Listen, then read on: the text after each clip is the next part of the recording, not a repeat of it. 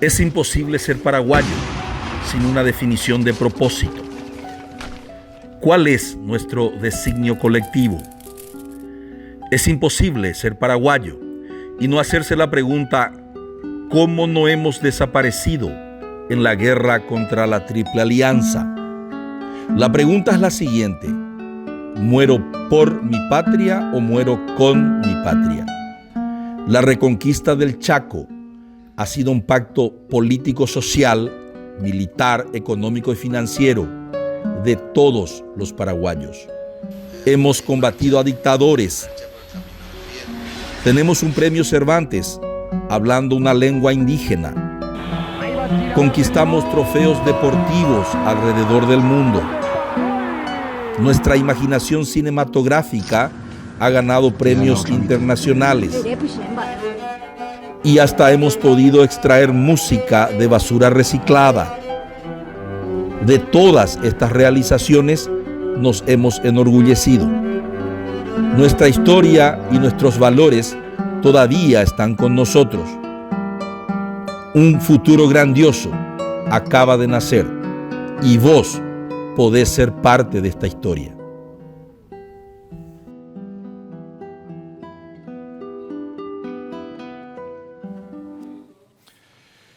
Muy buenas noches, gracias por acompañarnos todas las semanas en este programa que hemos dado en llamar con Eduardo Nakayama, que hoy me acompaña de nuevo, mi compañero de camino y de sueños liberales, dice este libro que hoy me está regalando. Vamos a conversar sobre este libro precisamente en este programa del Club de Ideas que se denomina Es imposible ser paraguayo y no tener una opinión sobre los grandes temas nacionales y también internacionales. Hoy vamos a hablar de historia y un análisis coyuntural sobre la economía paraguaya, la política paraguaya y la calidad de la gestión pública en el Paraguay. Buenas noches, Eduardo. Muy buenas noches, Víctor, Raúl, y a toda la audiencia que nos sigue todos los martes. El martes pasado no estuvimos al aire en vivo, sí en diferido, porque nos pasaron otro programa, pero no estuvimos al aire porque se tuvo otro compromiso. Sí. Pero hoy nuevamente estamos retomando y muy contentos de estar con ustedes compartiendo. Sí, comenzando por el primer tema que comentamos un poco con Eduardo, hoy queremos hablar brevemente de la historia paraguaya. Estamos acá viendo con Eduardo, él me acaba de regalar un libro que él lo tituló Cañones y acorazados, la campaña de Humaitá, de 1866 a 1868 en la guerra de la Triple Alianza.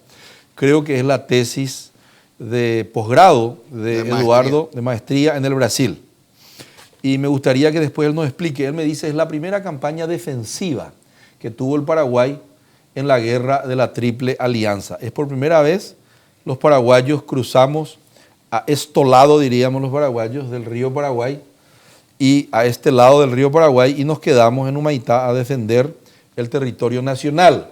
También queremos hablar, y yo hago siempre la analogía, lo estudié un poquitito a un señor llamado Luis Alén, que precisamente estuvo, ¿Luis Alén o no era? Pero Alén es el apellido, Alén Benítez, de Vericoaina, André Coaira Moro Ganaina. Paulino Alén. Paulino Alén Benítez, ya vengo que luqueño. Este señor, Paulino Alén Benítez, es uno de los héroes de esta, después seguramente en algún momento dado podés tocar un poquitito, Eduardo. Es uno de los héroes que no se vendió al enemigo ni aún con todo el oro que le traían los ejércitos aliados. Y a mí me impactó profundamente, precisamente ahora que tenemos que renegociar el Tratado de Itaipú y que hemos negociado de alguna manera, o mal negociado, el de Yacyretá. Vos también estuviste por Buenos Aires, Curitiba, estuve en Córdoba, Santiago y otras ciudades. Y realmente nosotros tenemos que aprender también cuán importante es el patriotismo en determinados momentos, no tanto el nacionalismo, sino que el patriotismo, porque al final de cuentas Paraguay es un país también multinacional. Hay varias culturas, hay una cultura menonita en el Chaco muy productiva, son paraguayos, hay culturas de origen oriental, Eduardo, sus ancestros, muy paraguayo Eduardo, pero sus ancestros vienen del oriente, ¿verdad? Hay cultura, están los brasileros, pero son paraguayos, son lusitanos a veces en su cosmovisión, pero son paraguayos. Y también queremos conversar un poco hoy con Eduardo sobre la crisis que se está dando en la prensa paraguaya, con algunas denuncias con relación a la calidad de la gestión en las contrataciones públicas en el Paraguay, específicamente el escándalo en el Instituto de Previsión Social, pero nosotros, como de costumbre, no lo vamos a hacer desde una perspectiva amarillista, sino que lo vamos a hacer desde una perspectiva del análisis y del pensamiento crítico, respetuoso y profundo, quizá desde otra perspectiva a la que nos tiene acostumbrada a veces la prensa nacional. No quiere decir que sea mejor, ni que seamos mejores ni peores, solo que le vamos a buscar una perspectiva y un matiz de alguna manera diferente. Y también yo quisiera permitirme analizar un poco el artículo que hoy lo publicó 5 Días sobre el secreto mejor guardado de América Latina, el Paraguay, que comienza aparentemente a desmoronarse, porque según pronósticos tenemos un crecimiento que se reduce a la mitad. La velocidad del crecimiento en el Paraguay se reduce a la mitad, y yo creo que no es algo solamente coyuntural, sino que es algo estructural de la economía paraguaya. Y hoy vamos a hablar de cuáles son esas variables estructurales que hacen, desde mi perspectiva, no quiere decir que sea la verdad absoluta, al contrario, pero es un análisis, así como dije, desde la perspectiva del pensamiento crítico, en donde yo veo 7 elementos que hacen que el Paraguay, creo que va a comenzar a desacelerar su economía, y si no se hacen cambios rupturistas, esa tendencia se va a mantener en los próximos años. Bueno, con esta introducción, Eduardo, me gustaría que nos cuentes un poco qué es la campaña de Humaitá y qué es este libro que acabas de lanzarlo. Bueno, por favor. Claro que sí. Vamos a empezar entonces de atrás para adelante. ¿Cómo no? Por antigüedad, por orden cronológico. Por orden cronológico, ¿cómo no? Bueno, este libro, Cañones y Acorazados, la campaña de Humaitá, 1866-1868, en la Guerra de la Triple Alianza, que tuve el privilegio de lanzar el día viernes en la Feria del Libro y que fue presentado por el embajador uruguayo Federico Peraza. Federico Peraza. Qué maravilla. Esta hermosa tapa me la hizo Celeste Prieto, a quien envío un fuerte abrazo, un saludo y los agradecimientos de siempre. Y fue editado por la editorial Tiempo de Historia de mi amigo Martín Romano y de Andrea Tuté, que han hecho una hermosa edición. Está prologado por Carlos Gómez Florentín, compatriota nuestro con un doctorado en la Stony Brook University de Nueva York, que ha estudiado también bastante nuestra historia paraguaya y que tuvo la gentileza de hacerme el prólogo. Luego de haber dado esa introducción, explicar, como dijo Víctor Raúl Benítez, que se trata de mi tesis de maestría en historia y que se enfoca principalmente en lo que fue la campaña de Humaitá, que fue la primera campaña defensiva en el marco de la Guerra de la Triple Alianza, después de las primeras 3 campañas ofensivas que lanzó el Paraguay, al norte en el Mato Grosso y al sur, una siguiendo el curso del río Paraná, que se conoce como la campaña de Corrientes, sí, y otra siguiendo el curso del río Uruguay, conocida como la campaña de Uruguayana. Entonces, después de esas campañas ofensivas, una victoriosa, la del Mato Grosso, y 2 perdidosas, principalmente la uruguayana, donde un ejército completo, la División Sud, prácticamente se rindió, y Wenceslao Robles es juzgado y finalmente reemplazado, y se repliega ese ejército a este lado del Paraná, ¿verdad? Iniciándose después lo que se conoce como la campaña de Humaitá, que es la más prolongada de la Guerra de la Triple Alianza, porque si nosotros tomamos el inicio de esta guerra, el 12 de octubre de 1864, y el fin, el 1 de marzo de 1870, con la muerte de Francisco Solano López, hablamos que el 42% de toda la guerra se desarrolló en la zona del Cuadrilátero, en los esteros del Ñembucú, donde se desarrolla la campaña de Humaitá. Una mirada que busca ser fresca desde el punto de vista de que no solamente analizamos lo que fueron las campañas terrestres, las grandes batallas de Tuyutí, las de Terobellaco, etcétera, etcétera, Boquerón del Sauce, sino que también nos enfocamos un poco más hacia el lado del río, que es un poco el gran olvidado de la guerra.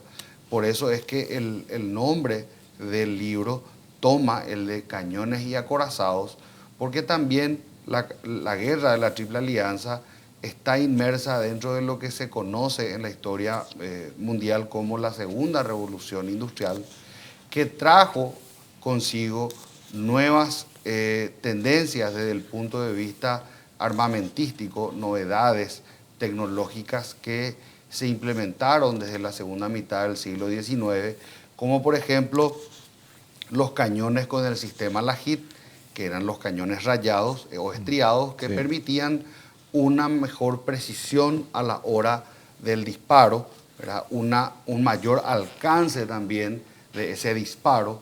Lo mismo con el sistema de los fusiles Minié, que también eran de ánima estriada y que reemplazan los viejos fusiles de sistema Brown Bess de ánima lisa, que tenían un menor alcance y una menor letalidad a mayor distancia.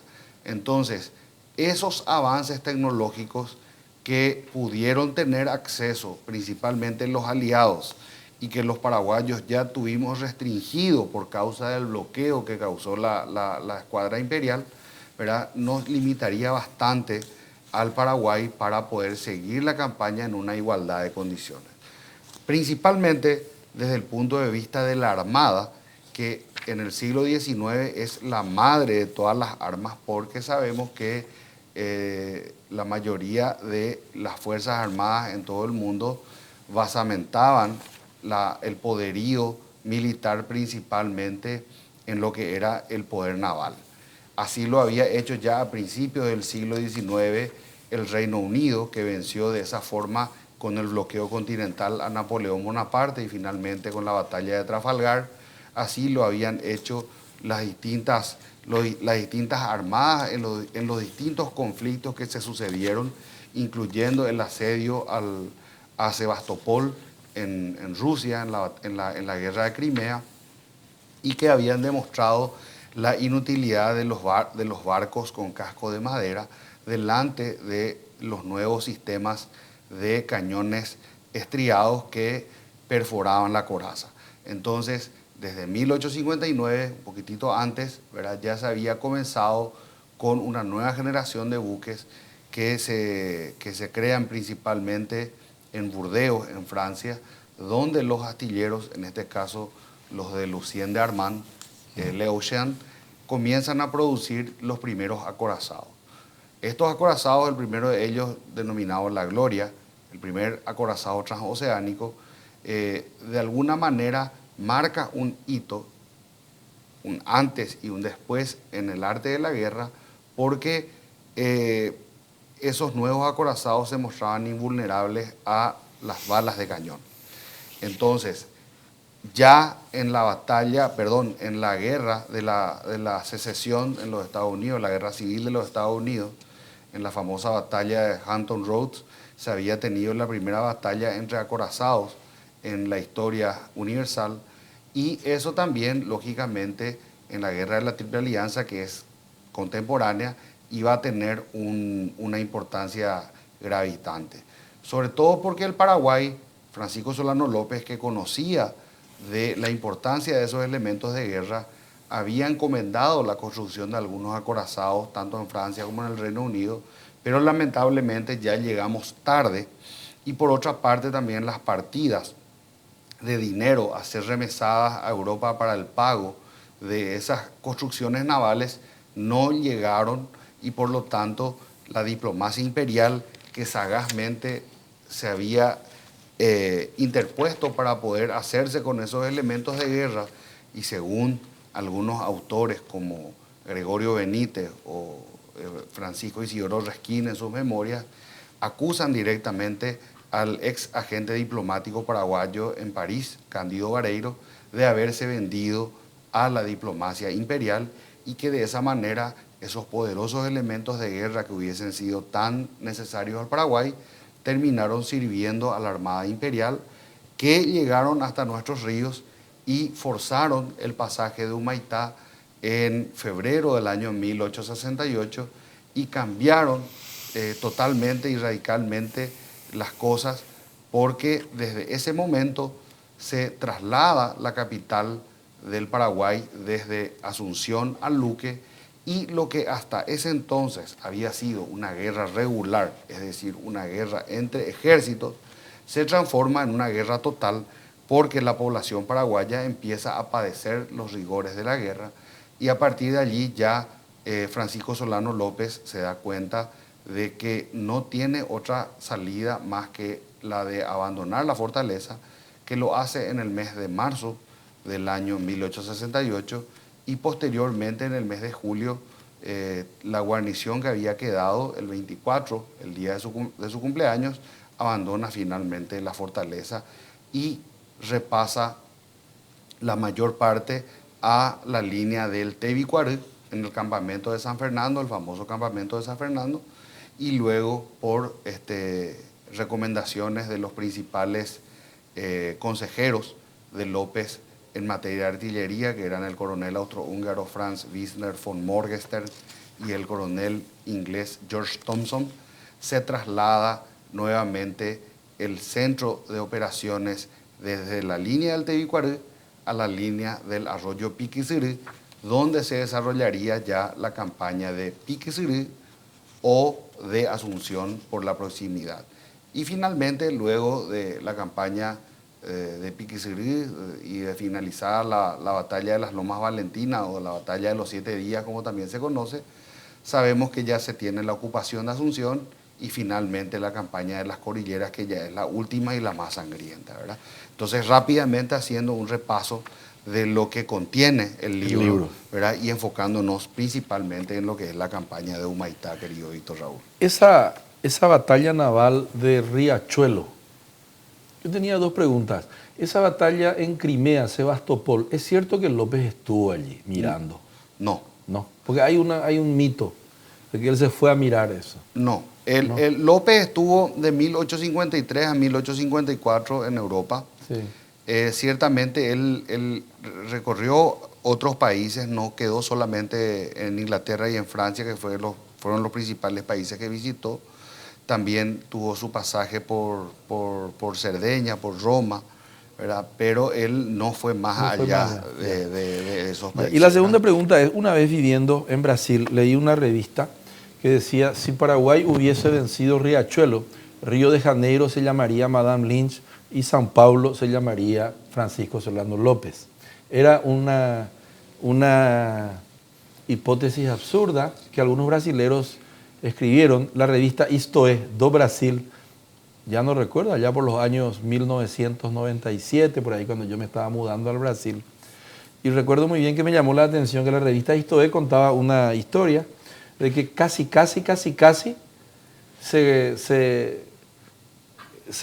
los paraguayos podrían haber ganado Riachuelo, pero no sé qué pasó. ¿Eso es antes de Humaitá? Antes de Humaitá. De hecho, como hablábamos hace rato, Paraguay lanzó 3 campañas ofensivas, una al norte, que es la campaña del Mato Grosso. También hablamos del inicio de la guerra, sí, para que la gente tenga un... Acá estoy leyendo. Claro, que la gente tenga un hilo conductor. Nosotros no es que le tiramos directo a la campaña de Humaitá, le damos una introducción. Estoy mirando acá. De cómo se inició el conflicto, de cuáles fueron... La de Mato Grosso fue exitosa. Claro, fue exitosa, pero mucha gente también critica ¿por qué se fue allá? De por qué se fue allá. Sí, ¿por qué no se fue nomás allá? Claro, ¿por qué no se enfocó al sur? Porque entre tanto se realizó esa distracción en el norte, hubo un cambio de gobierno en Montevideo, ¿verdad? Que era nuestro aliado hasta ese entonces y se volvió en contra nuestra, ¿verdad? Porque al perder tiempo, por llamarlo de alguna manera, con la campaña de Mato Grosso, los brasileños y los argentinos pudieron hacer los movimientos necesarios como para que Flores triunfase allí y finalmente se hiciese con el poder de Montevideo, ¿verdad? No, eso no me quería más. ¿Y Riachuelo, es cierto que hubo un momento en que no se sabía bien? Mira, la batalla de Riachuelo... ¿Ahí al lado de Corrientes? Sí, es un poquito al sur de Corrientes, en la desembocadura del Riachuelo, que es un afluente del Paraná, ¿verdad? Yo personalmente, o sea, sí es indudable que la Armada paraguaya se destruyó en Riachuelo y luego de Riachuelo ya no hubo ninguna posibilidad de poder romper el bloqueo de nuestra parte. Sí hubo un ofrecimiento por parte de unos corsarios sudistas, porque finalizada la guerra de la secesión, los confederados que habían perdido la guerra de la secesión se habían refugiado en la isla de Cuba con sus acorazados, entre ellos el Stonewall, sí que leí acá, que es un famoso buque acorazado que había sido fabricado justamente por el mismo tipo, por Lucienda Hermana en Burdeos. Y este Stonewall y otros acorazados fueron ofrecidos al Paraguay a Cándido Bareiro. Y Cándido Bareiro también declinó ese ofrecimiento. ¿Cándido Bareiro se duda de él entonces? Se duda seriamente de su fidelidad a la causa paraguaya. De su patriotismo. ¿Verdad? Sí. ¿Hay todavía Cándidos Bareiros hoy? En Buipá. Sí. Digo, Argel es mi pregunta. No, pero eso es lo que más hay, ¿verdad? Sí. Desde ese tiempo hasta esta parte se multiplicaron los Cándidos Bareiros. Y de hecho, volviendo a esa línea de lo que se ofreció y del romper el bloqueo, atender lo que ellos ofrecieron. ¿Qué ofrecieron? Golpean la puerta de la embajada paraguaya en París. Le dicen, señor Cándido Bareiro, nosotros somos representantes de los combatientes sudistas que hemos perdido, tenemos buques allí. Lo único que nosotros queremos que usted nos dé es patente de corso. Y nosotros vamos a ir, no queremos que usted nos dé un centavo. Usted nos da la patente de corso, nosotros vamos a bajar con nuestros buques acorazados, vamos a hacer un bloqueo en la bahía de Guanabara, vamos a bombardear Río de Janeiro, vamos a saquear Río de Janeiro, y con el objeto de ese saqueo vamos a seguir al sur, vamos a hacer lo mismo en Montevideo y en Buenos Aires. Y después vamos a remontar el río Paraná, vamos a romper el bloqueo que está ejerciendo la escuadra imperial y vamos a llegar hasta Asunción y ahí le vamos a entregar los buques.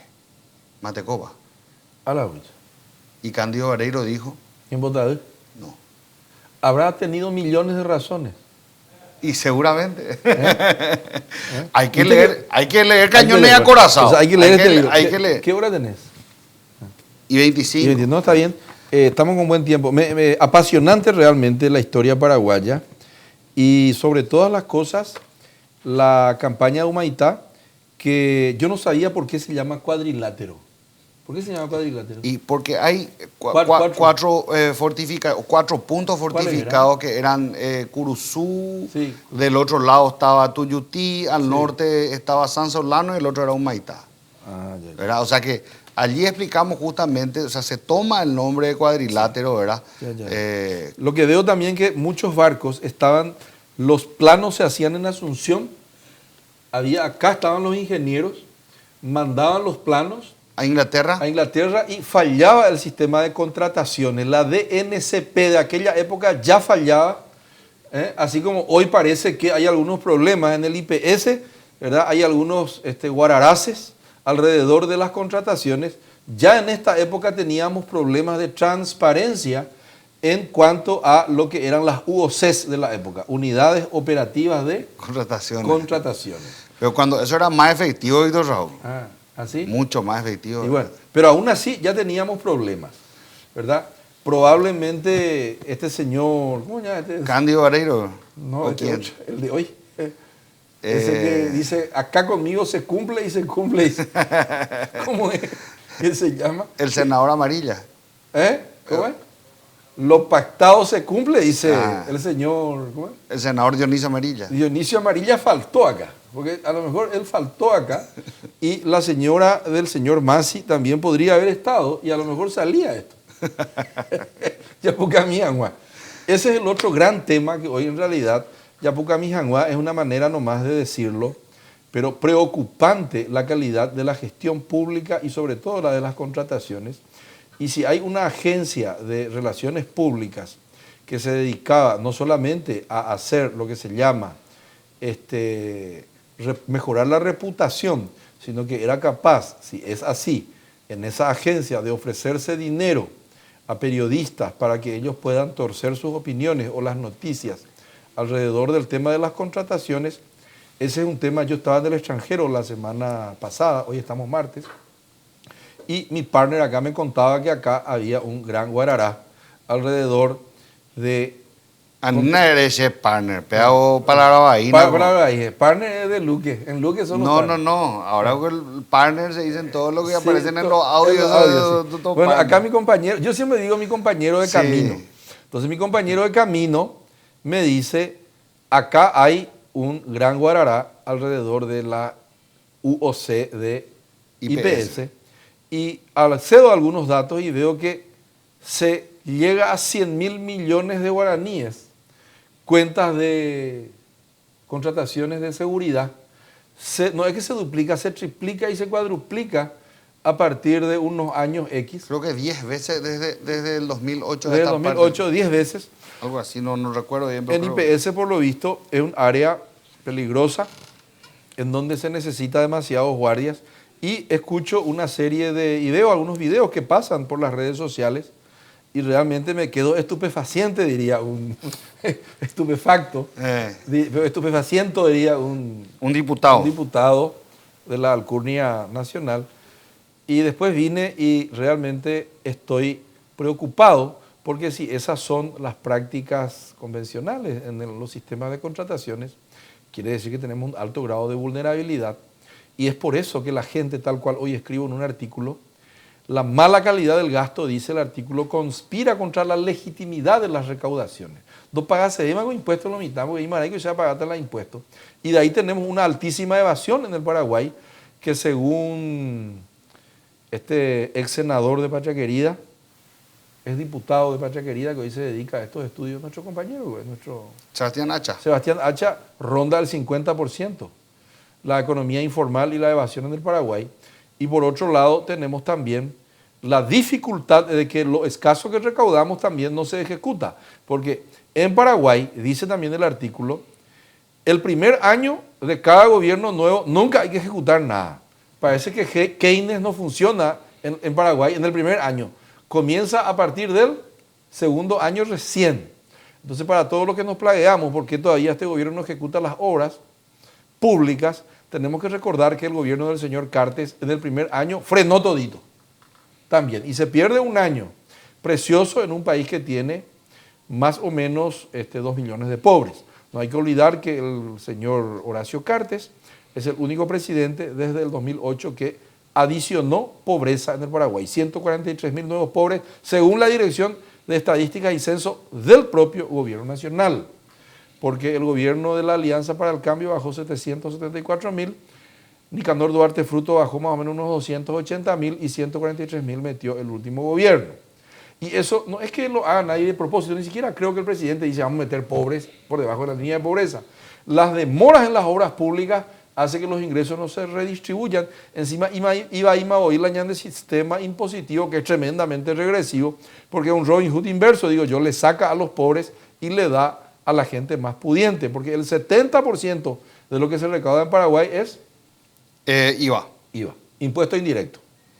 Y eso es tremendamente cruel, porque el IVA, los que más aportan son los que más consumen, y los que más consumen como porcentaje de lo que ganan son los pobres. Eso técnicamente Paul Samuelson le llama propensión marginal al consumo. O sea, el que más gasta, ¿sabe quién es? El pobre. Porque el que tiene mucho no puede nunca gastar todo porque sus necesidades, por más veleidosas que fueren, no llega nunca a consumir. Por eso es que es bueno tener gente rica también en una economía porque ahorra y el ahorro va muchas veces a la inversión.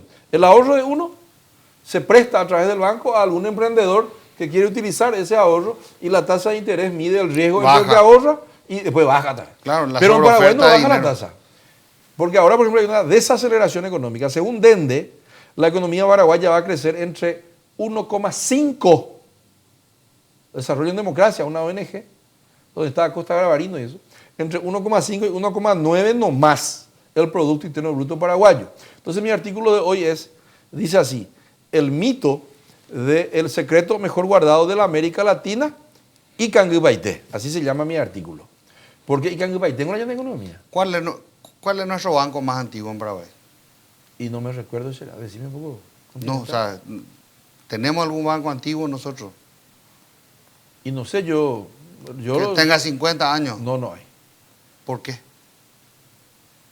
Y contame vos. No hay confianza. Capital social. Entonces, capital social. Entonces, ¿qué pasa, Víctor Raúl? No, nuestra plata, la gente que tiene dinero acá, no pone su plata en el sistema paraguayo. Vos sabés, sí, hablamos la otra vez cuando hablamos del tema. Llevan afuera. Llevan afuera y ahí son grandes capitales que van afuera. Y hace todo un círculo para volver acá. Y ese círculo de comisiones, etcétera, etcétera, vuelve a encarecer el crédito. Claro.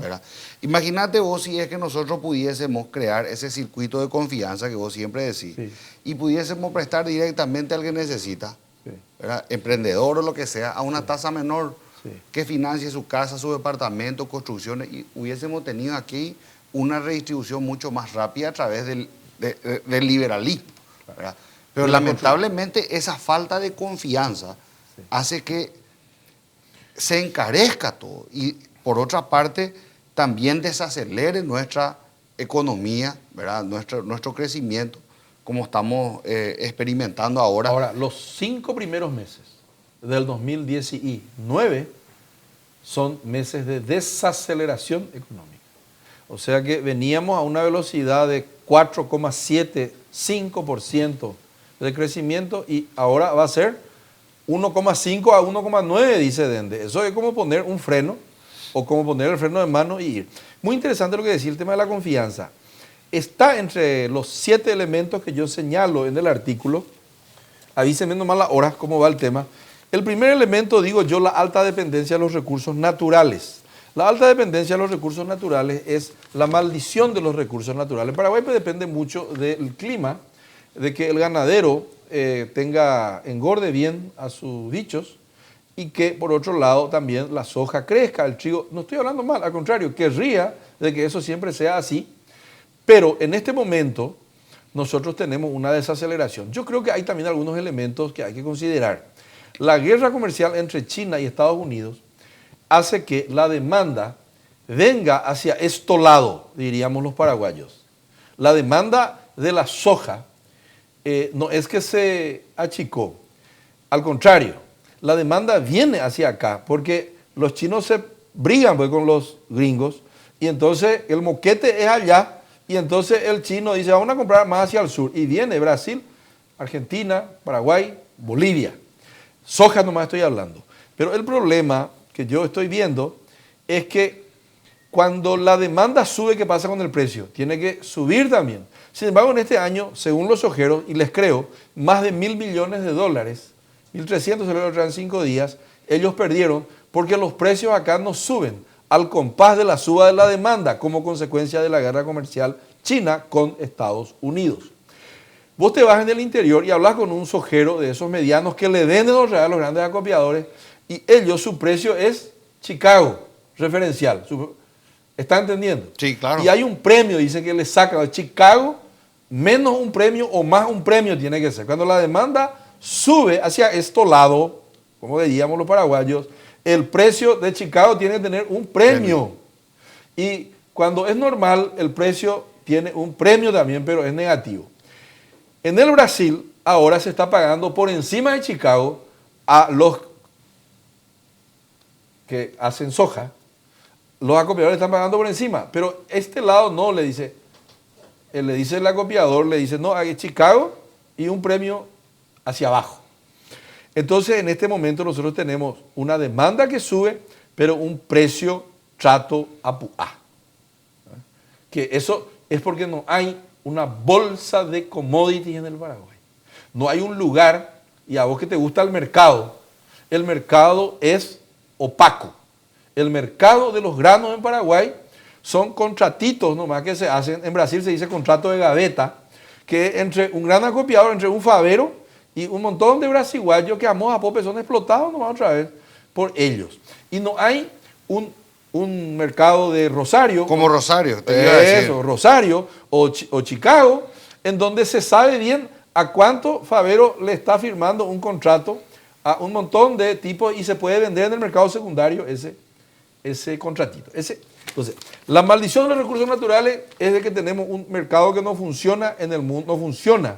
No hay un mercado secundario de compra-venta, de contratos, de futuros en commodities que funcione en el Paraguay.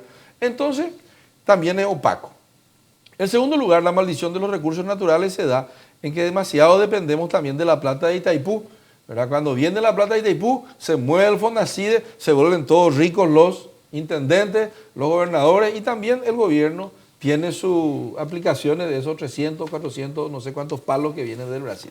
Por otro lado, nosotros también tenemos recursos naturales en la exportación de pobreza. El Paraguay exporta recursos naturales que se llama factor humano. ¿A dónde exporta? A España y a Argentina y a Nueva York también, de donde vienen los caraguatagueños, etcétera, y las madres que mandan a través de esas casas de giro para que los perros se compren su moto y su champion Nike, se compran acá los muchachos. Abren bodega. Abren para su bodega, como diríamos los paraguayos, ¿verdad? Y chupan la plata, ¿verdad?, de sus mamás. Se va toda la birra, dice allá mi analista que sabe más que yo.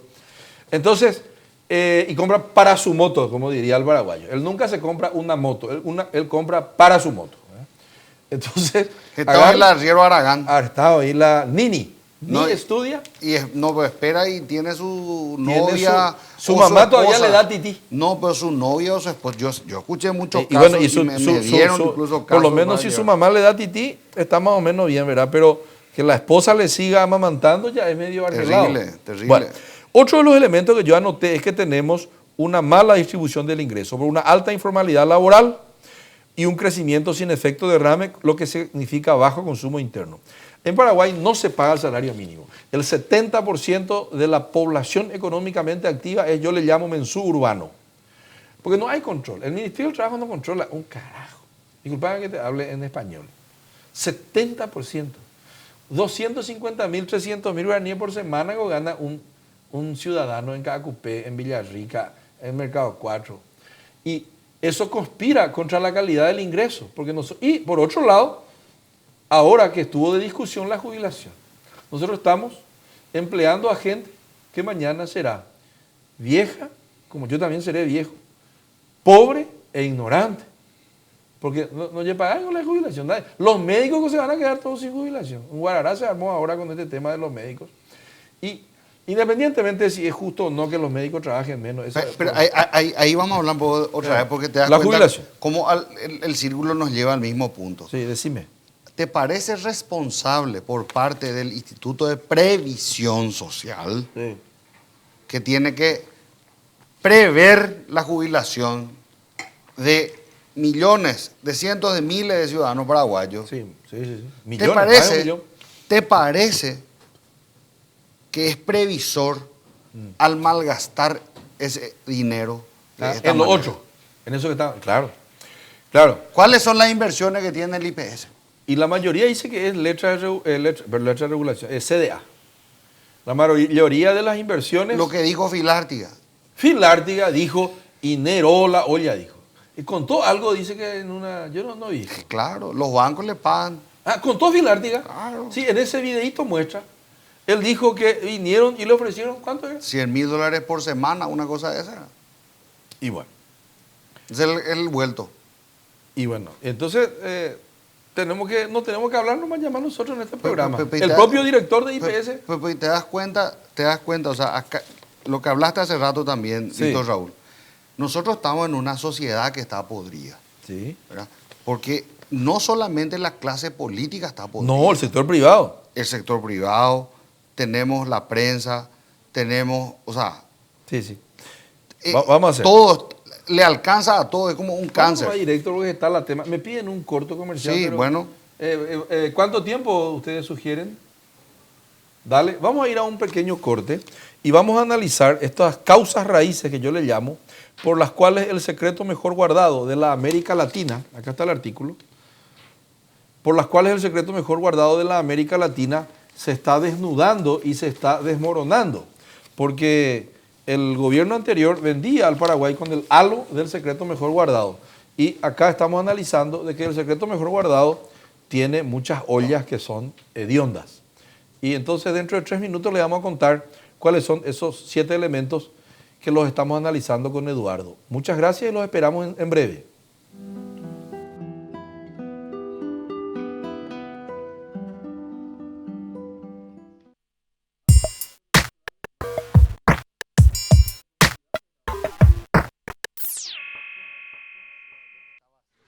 La albirroja. Es el sueño de todo niño cuando aprende a chutar una pelota. Es el sueño de los que llegan de cualquier parte del país para demostrar su talento. Es el sueño que no llega a la noche antes de un partido. Es el sueño de los que vieron los sueños hacerse realidad. Es el sueño de los que quieren volver a abrazarse frente al panteón. Son 7 millones de sueños iguales, con los mismos colores, con las mismas esperanzas. La albirroja es un sueño que nos une como país. Volvamos a soñar, sí, volvamos a soñar que se puede juntos, porque sabemos que cuando existen adversidades es cuando tomamos más impulso para volver a levantarnos.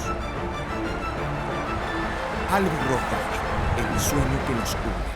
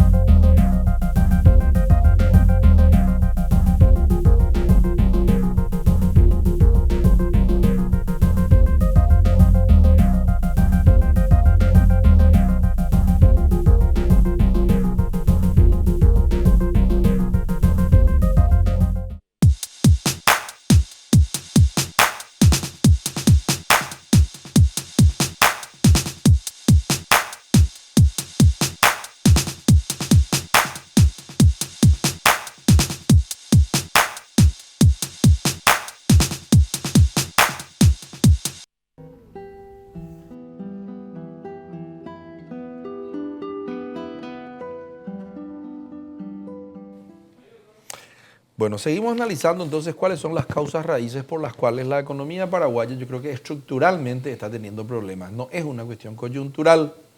Eduardo me dice, no te olvides también de comentar que Ciudad del Este está apagada debido a que el lavallato y el coletazo del lavallato y la aparente informalidad del movimiento inusual de reales a los ojos del Banco del Brasil Central, no del Banco do Brasil, hizo de que ahora se suspendieran las exportaciones de reales desde el Paraguay al Brasil, exportaciones que eran formales pero que tenían visos de sobredimensión. Llamó la atención debido al tema del lavallato, esto es. Dice, algo raro pasa en Paraguay, dijo el Banco de Brasil, y ahora no se está exportando más, entonces eso apaga Ciudad del Este porque los brasileños pues vienen con real a comprar su perfumito y a comprar su computadora y su laptop y eso para llevar hacia allá. Le estuve escuchando al ex ministro Manuel Ferreira Bruschetti, que estaba hablando también de la pérdida de poder adquisitivo del argentino y del brasileño. También cada vez más pobres. Claro, porque la devaluación que hay de su moneda y la hiperinflación que están viviendo, Brasil en menor escala, Argentina en una mayor escala, mucho mayor, ¿verdad? Lógicamente les golpea a los comerciantes de frontera. Nosotros sabemos que nuestras principales ciudades fuera de Asunción están todas ubicadas en la frontera. Encarnación, Ciudad del Este, Salto del Guairá, Pedro Juan Caballero, ¿verdad? Y esas son las que mantienen, digamos, vivo el comercio con el Paraguay, ¿verdad? La famosa triangulación que tenemos desde hace décadas y que es parte también de ese modelo que vos estabas mencionando, Víctor Raúl. Y eso golpea la demanda agregada en el Paraguay. Muy importante lo que decís. Está entre otro de los 7. Se llama problemas de demanda agregada. Nosotros tenemos un problema que el principal insumo del consumo en el Paraguay o de la demanda agregada en el Paraguay es el dólar, el real o el peso. Porque cuando viene dólar, viene real o viene peso, y ese comerciante, como vos decís, paraguayo de frontera, incluyendo el asunceno, que es de frontera también, Acá mismo, el shopping donde está nuestros estudios, de donde estamos transmitiendo, estaba lleno de argentinos, tonadita argentina. Yo vivía muy feliz, y vos también, porque esos vienen a dejar su dinero. Acá vienen con dólar, vienen los argentinos. Y ese dólar, cuando escasea, ese es lo que se llama, no hay circulante. O pierde el valor frente al dólar cuando viene, el peso o el real. Sí, porque ellos vienen con su tarjeta de crédito. También, muy bien, muy bien. Ellos vienen con su tarjeta de crédito. Estás todo un economista. Y a él le cobran allá, luego de convertir a otro tipo de moneda. Cambio, le hacen el cambio guaraní a dólar, y le sale peso. Muy caro, entonces no viene. Claro. Entonces viene una vez nomás viene. Se compra su Nike y después le dice al hijo, quiero otro Nike, y ya no le dice. Y yo lo que quiero es que venga a comprarse otro. Le está haciendo mucha propaganda a Nike ya. Estoy haciendo mucho. Bueno, y me está pagando algo seguramente. Eso se llama chivo. ¿Vos sos un influencer entonces? Yo no soy influencer, pero sé, como tengo 4 hijos, sé lo que es comprar ropa para los chicos. Vos también tenés, ahí te está esperando. Ahí está Kenzo. Te está esperando, Kenzo dice, papá, vamos a comprarme algo nuevo. Y ahora, así pues el influencer agarra y dice, hola, acá yo tengo, estoy usando Under Armour. Dice, y todo lo mitad y compran. Y todo ya le compran. Sí. Y por último está la corrupción sistémica, que es el monopolio del poder más impunidad menos transparencia. Nosotros tenemos un modelito de alto grado de corrupción del Paraguay, no lo decimos nosotros, lo dice Transparencia Internacional, y se ve reflejado en lo que estamos escuchando en los últimos días en la prensa local. Entonces, todos estos elementos hacen de que hoy tengamos un modelo sistémico, estructural, que hace que el Producto Interno Bruto en el Paraguay se desacelera a la mitad y menos de la mitad. Y eso es mucho, porque ya estamos a mitad de año. Nosotros estamos en junio. Sí. Ya es la mitad del año. Claro, está terminando el primer semestre. Sí. Y hay otro elemento que es la mala calidad de la mano de obra paraguaya, pública y privada. Menos del 20% hay de ejecución de obras públicas. ¿O no es así? Sí. Pero eso es, como dijiste la otra vez, Víctor Raúl, la calidad gerencial. Yo creo que hay una falta de liderazgo ahora en las partes en los puestos de liderazgo, no tanto en mandos medios y operativos, sino arriba.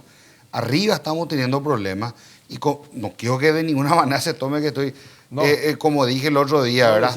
Pero yo creo que Cartes o el modelo de gestión de Cartes estaba mejor implementado que el modelo de gestión. A partir del segundo año. A partir del segundo año, claro, ese primer año 2013. Yo nomás esperaba que este gobierno también a partir del primer año ya acelerara más, pero todavía no está acelerando lo suficiente. Y las obras públicas son fundamentales para que funcione el efecto derrame, porque las obras públicas contratan mucha gente que apenas recibe su semanalidad, porque por semana luego cobran los obreros. ¿Qué hacen con esa plata? Ahora, gasta todito. Una cosa, Víctor Raúl, yo sé que vos querés reservar tus experiencias de Chile para el próximo programa. Sí, vamos a ver después. De Chile y de Curitiba. Pero una cosa nomás te quiero preguntar. ¿En Chile será que se habla tanto de la gestión o de la ejecución presupuestaria? Yo creo que no. No. ¿Sabes por qué? Porque la economía chilena ha superado la dependencia del Estado. Acá parece que nosotros estamos todavía esperando a ver el Estado qué va a venir, qué va a hacer, qué no va a hacer. Allá los tipos están en otras cosas. Sí. Si vos comparás lo que es el presupuesto del Estado versus el Producto Interno Bruto, es una brutalidad la diferencia.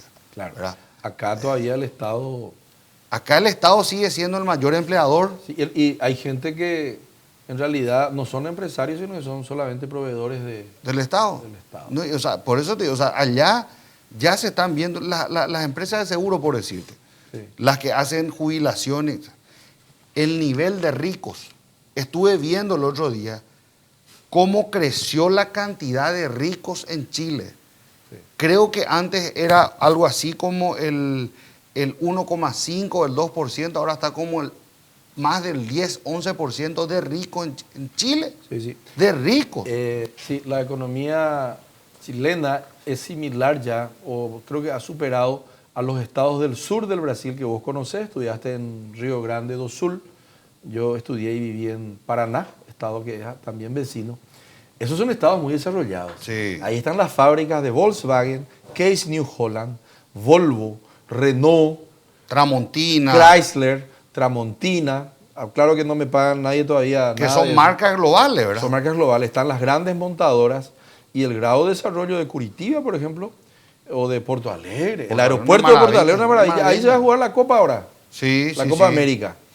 Bueno, también Chile ya ha llegado a eso y ha superado. Están en 15.000 a 18.000 dólares per cápita de ingresos. Es el país que tiene, quizá no sea un pero para parámetro. Pero están ahí, ¿eh? Quizá no sea un parámetro, pero el otro día leí que es el que tiene más metros cuadrados de centro comercial por habitante en América Latina. ¿En serio? Sí. Chile. Chile en general. No sabía. Pero o sea que una muestra de cómo se consume, del consumo. Sí, el consumo es fundamental. Y nosotros en Paraguay ahora tenemos un problema de consumo. El IMAEP, que es un indicador del Banco Central, muestra en el interanual que estamos decreciendo. En construcciones, en tiendas de departamento, en vestimentas, en alimentos, en supermercados, ¿verdad? Están sintiendo de que se está consumiendo menos. No somos pájaros de mal agüero, solamente estamos revisando. Y acá es por problema de, como dijiste hace rato, de falta de circulante, no es por miedo. No, acá es un problema de falta de circulante. Los ojeros dicen que 1.000 millones menos, los ganaderos no están tampoco muy bien, y por otro lado, estamos también sintiendo que el empobrecimiento argentino también le empobrece, que acabas de decir, a los 1 millón de paraguayos que viven en la Argentina y que también mandan sus remesas al Paraguay. Entonces, por ese lado estamos teniendo dificultades. ¿Y qué es lo que tiene que hacer un gobierno? Escribo yo. Tiene que ser contracíclico o anticíclico. Para que un gobierno sea contracíclico, tiene que leer la Biblia, porque en la Biblia dice que cuando las vacas son gordas, los gobiernos guardan, para que cuando llegue la vaca, en la época de vacas flacas, el gobierno es el que invierte. Entonces se guarda en la época de vacas gordas. Nosotros no hacemos eso. Este gobierno, todos, incluyendo Lugo, todos, son procíclicos. O sea, cuando la economía crece, ellos recaudan más e invierten más. Los gobiernos que son más racionales, cuando la economía crece, no es que en ese momento ellos recaudan y en ese momento la economía, el mercado solo está empleando, el mercado solo está generando ingresos y está haciendo efecto derrame. Pero en los periodos de vacas flacas, como la gran crisis y la depresión de 1930, en adelante en el mundo, pero en los Estados Unidos sobre todo, de ahí viene la teoría keynesiana que dice que hay que hacer obras públicas. Y nuestro Estado es procrastinador. Yo no sé lo que quiere decir, pero aprendí hace poco esa palabra, que quiere decir purrar con la barriga, dicen los brasileños. O sea, lo que quiere decir eso, ¿verdad? Dejar para después, es una enfermedad, ¿eh? Los psicólogos tratan el dejar para después. Todos tenemos grado de procrastinación. Procrastination me suena mejor, pero es así la pronunciación. DUPA. Procrastinación en español, procrastination, y que quiere decir posponer. Vamos a dejar para mañana y para la próxima semana. Y así nos va. Pero demasiado keynesiano ya sos. No, y soy también keynesiano. Demasiado keynesiano. No te vayas a enojar conmigo, pero ahora tenemos que ser keynesianos porque el mercado no está funcionando. Tenemos problemas de demanda agregada. Pero demasiado dependemos del Estado. Yo no quiero más depender del Estado. Bueno, y no dependas tanto del Estado. No tenemos más que depender. Pero para que no dependamos del Estado, tenemos una clase empresarial guapa en el Paraguay. Guapa quiere decir el que compite góndolas de supermercado, el que hace pague 2, lleve 3. ¿Conoces eso? El que te hace el six pack. Se calla poca comida cuando era joven. El que te hacía promoción que se decía a la tarde. ¿Sabe por qué no? Che, estamos a vender chicle, caramelo, galletitas. ¿Sabe por qué no, Guido Raúl? Porque somos hiperconservadores. Claro. Somos hiperproteccionistas. Claro. Entonces, al ser ni la tasa de interés no baja. Al ser proteccionistas, nosotros no permitimos la verdadera competencia. Porque vos sabés lo que va a hacer si nosotros abrimos el mercado y vienen los chilenos a competir acá. Claro. Se quedan fuera varios de los productos paraguayos. Claro, pero los uruguayos nomás están viniendo y nos hacen 6 a 0. O los argentinos, el aceite con todo lo mal que están, los aceites van a traer y van a vender por todos lados. Exacto. Yo creo que la clase empresarial paraguaya también es muy conservadora. Claro, hiperconservadora. Ejemplo, los bancos, ellos no compiten entre sí en tasas, que es lo que debe acontecer cuando el crédito no está muy fluido. Y en este momento yo creo que hay problemas, yo no le veo al gerente de los bancos que me llaman, che, vení, pues a abrir una hora más bien. No, ya va a ser hora. Pero vos sabés que eso que está diciendo Víctor Raúl, yo recuerdo que hace unos años... ¿Ustedes compiten en las empresas de Claro que competimos. Bueno, bajan la póliza. Sangriento tiene que ser. Sangriento, Porque sangriento. Y no la piola, claro. Llegan de precio. No. Si voy a vender a Mercado 4, voy a vender a chicle, caramelo, galletitas, vendedor, puerta a puerta. A vender a toalla higiénica femenina con y sin desodorante. Está para vender ahí con mi jangua. Y sé muy bien lo que es el mercado. Y me encanta el mercado. Me encanta caminar, los shopping centers. Hay que cheirar el mercado, dicen los brasileños. Se huele el mercado. Y vos te vas ahora del mercado, están todos deprimidos los muchachos. No hay más ese pase adelante, señor, que se le ofrece. ¿Conoces vos? Sí, de Petirosi. No hay más tanto ese. No hay más tanto ese eslogan. Ya no está aconteciendo porque realmente, en primer lugar, Petirosi nada medio se deprimió. Los shopping parece que le chuparon, ¿verdad? Y sí, pero sigue siendo un lugar Cuando yo era joven, yo no soy millennial, yo soy de la generación X. ¿Vos de qué generación? No, vos sos baby boomer. Baby boomer, bro. Vos sos baby boomer. Bueno, baby boomer, sí, años 60. ¿Y vos vio qué es eso? Yo soy, después del baby boomer, X. generación X. ¿verdad? Workaholic. Algo así, workaholic, sí. Bueno, yo soy baby boomer. Y baby boomer era, nosotros somos toditos sobrevivientes, los baby boomers. Y lo que yo sí sé es que antes, cuando yo era joven y trabajaba para multinacionales, vendiendo en la calle y después ya gerencialmente, promociones por semana se hacía. Eso pague 2, lleve 3, ¿o conoces? ¿O no? Ese lleva uno y después lleva un vaso y hace esto. Yo no veo más tanto eso. Y antes era a full. Ahora yo lo que veo mucho es CNT, los domingos se vende, que es la gran estafa para la gente porque ellos creen que van a salir de su miseria el domingo a la tarde comprando esa porquería que parece que le va a sacar a la gente de la pobreza. Para no suicidarse o tener 3 opciones. O te vas a la iglesia, o compras CNT, o te vas al shopping a ver lo que los otros consumen. Porque medio así nomás es los viernes, los domingos a la tarde, hay 3 opciones nomás, ¿verdad? Si no te vas a la iglesia, si no sos creyente, te vas al shopping, que son los nuevos templos. ¿Verdad? Los shopping son los nuevos templos donde los dioses, ¿verdad?, te muestran el consumo que vos crees que podés, pero no podés y haces como que podés. Bueno, una de las cosas que tengo que sacar de conclusión es que no le podemos pedir auspicio a CNT. Eso ya olvídate. Y a la iglesia tampoco, eso ya olvídate. Ya, a la iglesia no le podemos pedir tampoco auspicio. No, yo soy creyente, claro. Yo soy creyente, pero sé que si no te vas a la iglesia, ¿qué es lo que te sobra? El shopping no te va a un partido de fútbol y te moqueteas con el otro. Porque esas son las 4 opciones que tenés el domingo de tarde antes de deprimirte. Sí, porque normalmente los te olvidaste del balneario, te olvidaste. No, ya no hay más ahora. No, entonces, te vas al shopping, te vas a un partido de fútbol, las barras bravas, y le retás al refere, decís palabras obscenas al otro, al adversario, ¿verdad? Te vas al shopping y te frustras también por no tener la guita tampoco para comprar nada. Recorre para ir a shopping. Y la última opción, te suicidas, lo cual yo no recomiendo, sino que a pesar de todo, dice que el Paraguay es el país más feliz de la tierra. Dice. No sé dónde apareció eso.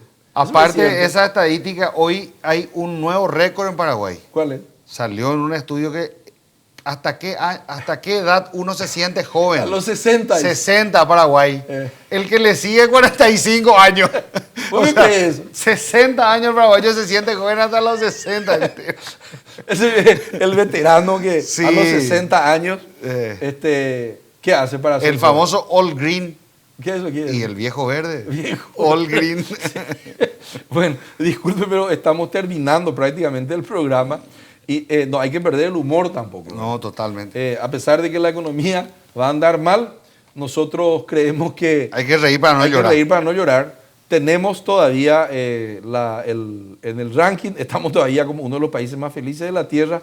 Y ahora, pero los varones nomás o las mujeres también. No, completo, todos se sienten jóvenes hasta los 60. Esa persona de 55 que se pone minifalda y eso. Sí, es todo ahí.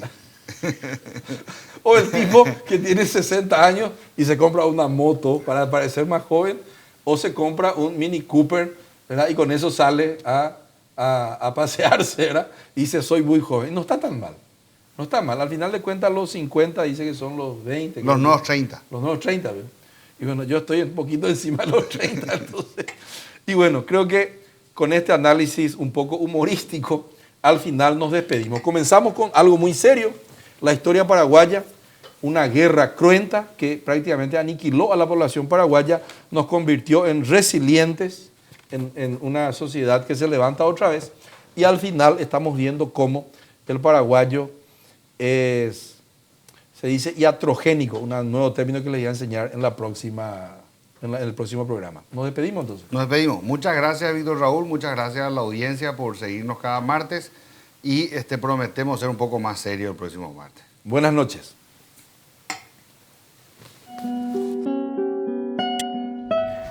Es imposible ser paraguayo sin una definición de propósito. ¿Cuál es nuestro designio colectivo? Es imposible ser paraguayo y no hacerse la pregunta ¿cómo no hemos desaparecido en la guerra contra la Triple Alianza?